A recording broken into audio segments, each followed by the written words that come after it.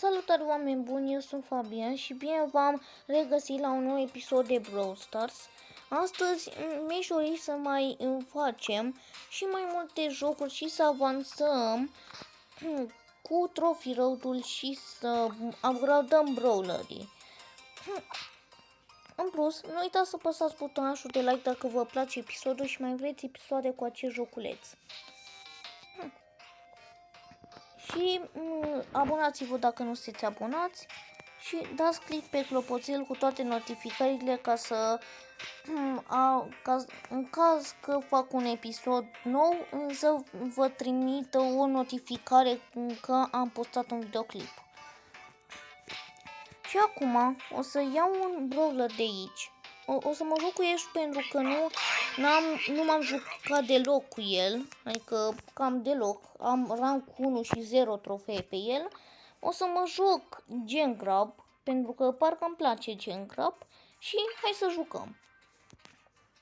Se așteaptă și gata.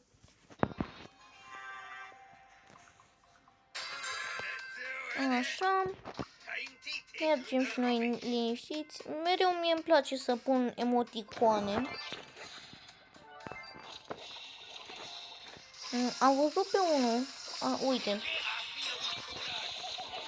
am un pic de lag, dar nu contează asta.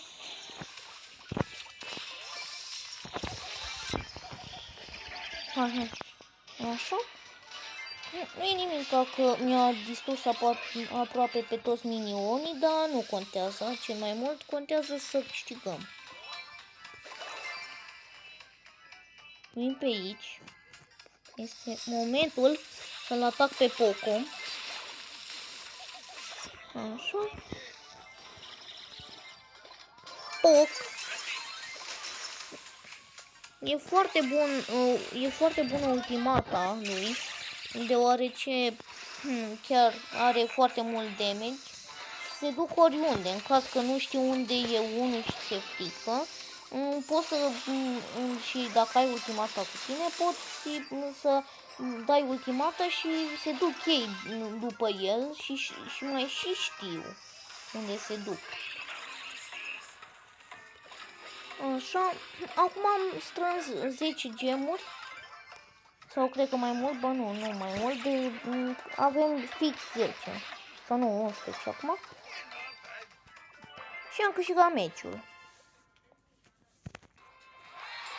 Plus 8 trofee. Până acum am făcut în primul meu win cu Ash, pentru că practic n-am avut niciun win, că vedeți că am fost pe rank 1, mă mai repet. Și am mai dat încă un meci acum și îmi urez noroc.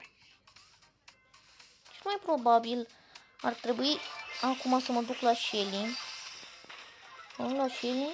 Și bara asta care unii poate nu știu, bara asta care e ca un turnuleț, practic se încarcă, înseamnă cred că furiozitatea lui și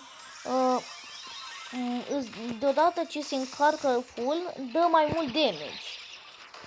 Și dacă e pe a doua linie, dă mai mult damage și dacă e pe a treia, dă și mai mult damage. Ceea ce e un buff foarte bun. Așa. Dăm ultimata liniștit. Din păcate Roza n-a mai avut scăpări.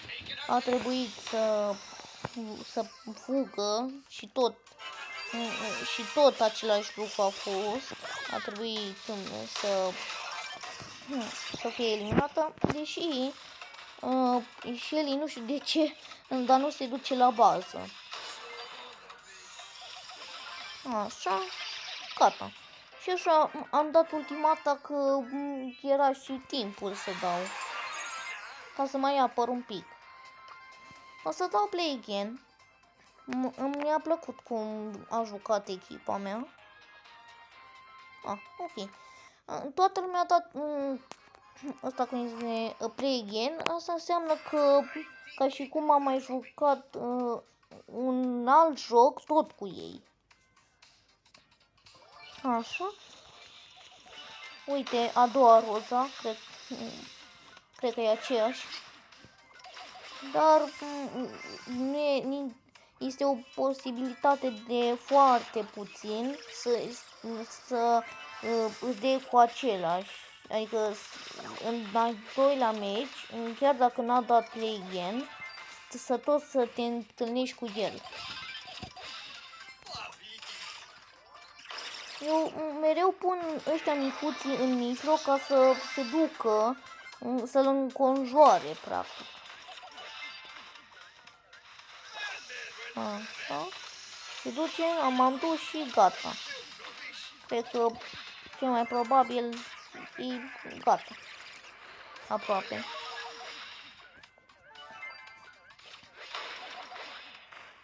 Cel mai probabil în jocul ăsta trebuie să stai foarte calm. Te-am văzut. Poc, poc, poc. Nu, nu, nu, nu, nu. Nu, nu, nu. Poc. Așa. Acum avem 13 gemuri, ceea ce e foarte bine. Așa și gata. Ei, mi-a plăcut și meciul acesta, a fost un win foarte rapid. Așa, eu, sincer să fiu, aș mai da încă un play again. De data asta Lola nu a mai stat pe gânduri să dea play again sau nu.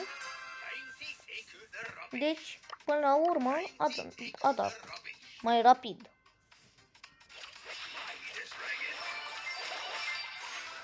Uite-l pe Poco. Poco. Poco.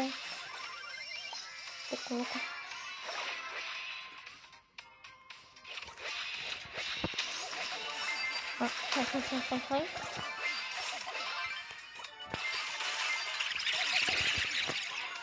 Ce s-a întâmplat? Nu știu ce s-a întâmplat, dar s-a întâmplat.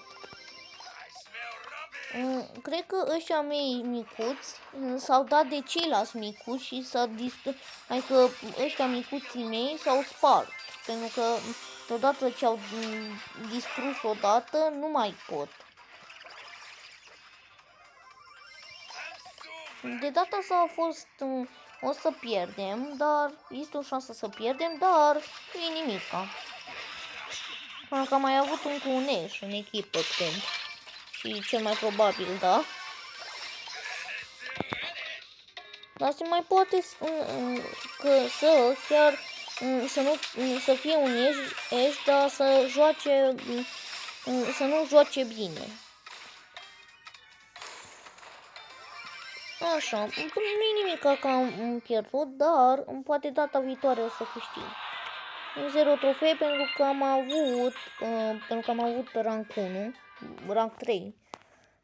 Că am mai jucat 2 meciuri cu el, 3 meciuri, dar al treilea n-a fost cu succes. Cel de două, din cele două am făcut rank 3.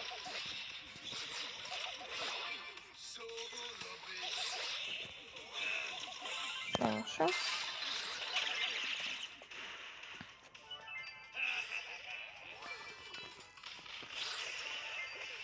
Așa. Acum îmi vine Jessie.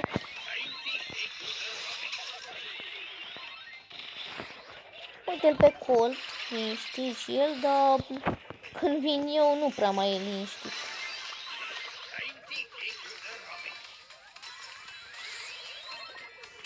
Hop, hop, hop.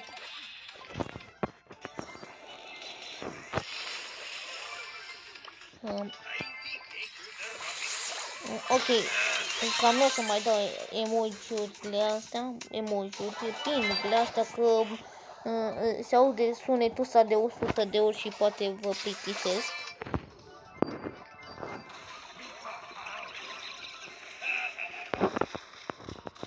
Da, când distrugi toți pugiții mei.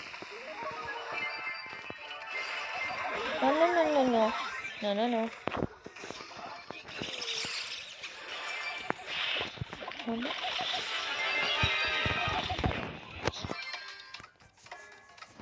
Așa.